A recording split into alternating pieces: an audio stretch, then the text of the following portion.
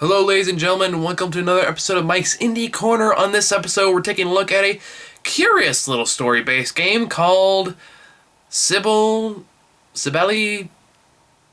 this game.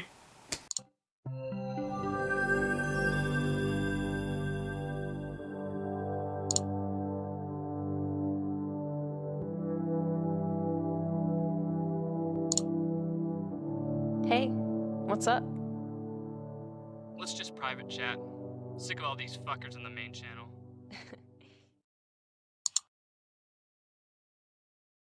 Okay, this is a game that's kind of hard to talk about because this is a curious case of a game where everything you get out of it is entirely dependent on your own personal experiences. Because if you can't relate to much of what's going on in the game, if you don't have or have had similar moments that occur in this game, you're not going to get much out of it because it's not going to mean much to you. It hit me a lot because a lot of what happens in games is so reminiscent of personal experiences I've had just like not too long ago.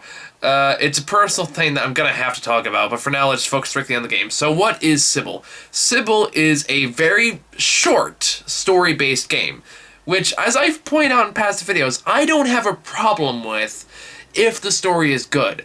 Now, this is the case, I think, above all of the story-based games I reviewed so far, this one is pretty much the most objective, I guess. Like, this is going to be really, not objective, subjective.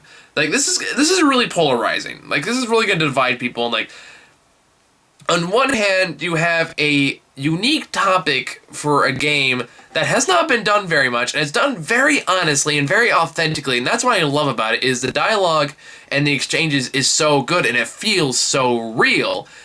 And it's even combined with real-life clips. I'm assuming the woman who made the game, because this is also based on her real-life experiences. So you can tell the dialogue and the scenario are built off a real-world experience, and it feels that way.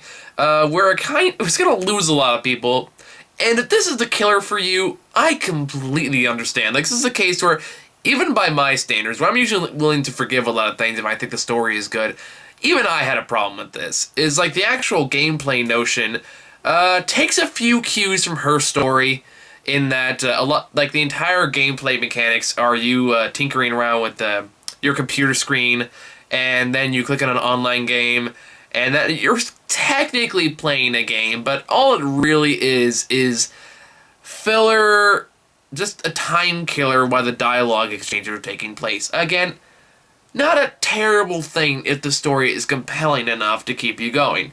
But the problem is that how much you get out of the story is so dependent on your own personal experiences. Okay, now I've talked about, so what is the story?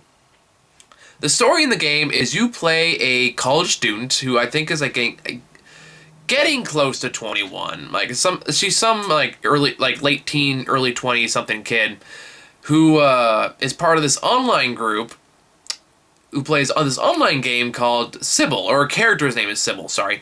But she starts to fall in love with another online player who is such a clearly obvious douchebag, but there's something about him that she finds attractive, and of course he finds her attractive, even though they'd never met personally. And the story is about them, how they slowly start connecting more and more, and start trying to move more towards something maybe a bit more serious, or at the very least hint at the idea of having sex. And from that point, it succeeds marvelously. It is an honest conversation about sex. It's an honest conversation about these kind of, I don't want to call relationship, but these kind of interactions that can happen with the online community, and something that's not talked about very often, not honestly anyway. So it was very refreshing that this game did that, and it did it so well.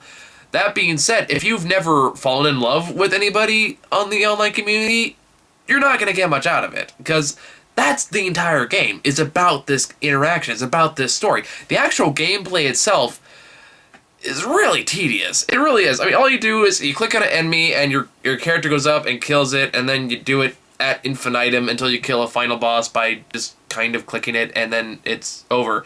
And this is supposed to be like the online game that your character has been addicted to for a long fucking time, and honestly, I'm not sure why you would be, because it's just so tedious. I'd get bored with this in like an hour. This is like the fucking Canadian microtransaction game they had on South Park last year. I will say this game hit me hard in a lot of important ways. In a lot of ways that, honestly, I have not given much thought up until I played it. Which is just the awkwardness behind it, and how there is a genuine sense of risk, as there is with any relationship, by trying to follow someone online, because you don't know who they are. You've never met them in real life. You know if they're a horrible person or a good person, or whatever. There's a serious amount of risk involved, but there's also a desire to try, because you feel like, through these conversations you've had online, that you do genuinely know somebody.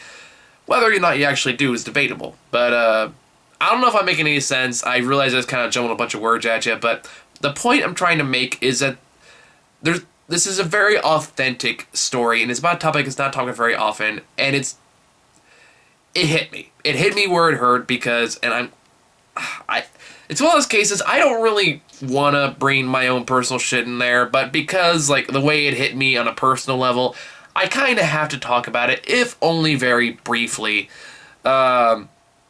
In that, like, this did hit home for me in, with a woman I did end up falling in love with, and I did end up dating for a little while, and this is actually my last girlfriend of not too long ago. But, so, like, I listened to these conversations these characters have, and I was like, oh, fuck, I have had these conversations, or I've thought these things, and I've been through this scenario, and then on the other hand, I look at, like, the douchebag the guy clearly is, and I think, oh, I know women who have dated people like this, and I've known friends who have done this. I'm like, oh, this is way too fucking real. Like, that was times I was literally just sitting in my screen like, this is too real. I can't handle this. I can't deal with this.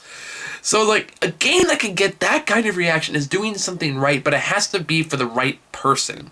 So if you've never had that happen in your life at all, this game is not for you. But if you've had it happen at all, this is definitely worth checking out. It is a very short game. You could beat it in like 2 hours, and the gameplay is tedious. So on a personal level, I do recommend this game, but speaking strictly from a